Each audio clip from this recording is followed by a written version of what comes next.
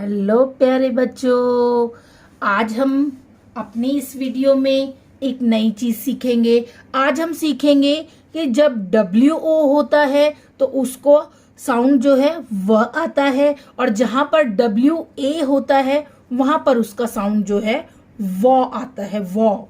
ठीक है, तो अब हम इनके वर्ड पढ़ते हैं ताकि आप दोनों में फर्क आसानी से समझ सके और आपको प्रोनाउंसिएशन करने में इनकी कोई भी मिस्टेक आप ना करें। तो चलिए शुरू करते हैं। WO से जो है व का साउंड आता है, मैंने आपको अभी बताया है। WO से व का साउंड आता है और इसके वर्ड जो होते हैं वो हम पढ़ लेते हैं। जैसे कि लिखा है वर्ड, क्या लिखा है? Word, WORD। जहां पे भी WO आ जाता है वहां पर व का साउंड आता है, व। वर्ड, क्या बना? वर्ड। ऐसे ही यहां पर भी देखिए WO है, WOR के वर्क, क्या बना? वर्क।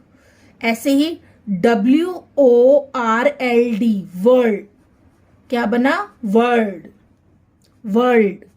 ऐसे ही यहां पर WON, वन, वॉन, वन, क्या बना? वन। ऐसे ही नेक्स्ट हमारा है वंडर, क्या बना? Wonder, WONDER, wonder. तो देखिए जो ये वर्ड है इनमें WO से व का साउंड आ रहा है। किसका साउंड आ रहा है? व का साउंड आ रहा है। तो हम वंडर तक आ गए थे। नेक्स्ट हम पढ़ लेते हैं आगे के। वंडर के बाद आपका है वार्म, क्या है? Warm, warm, warm. ठीक है, WO से व बना। Worry, worry. Worth, worth, WORTH, worth, WORRY, worry, WORM, worm, worm, worm. ऐसे ही WORSHIP, वर्शिप, क्या बना? वर्शिप। ऐसे ही अब हम इसके पढ़ लेते हैं तो हमें दोनों में फर्क अच्छे से पता चल जाएगा। तो WA जो हमारा होता है वो वॉ का साउंड देता है। किसका देता है? वॉ।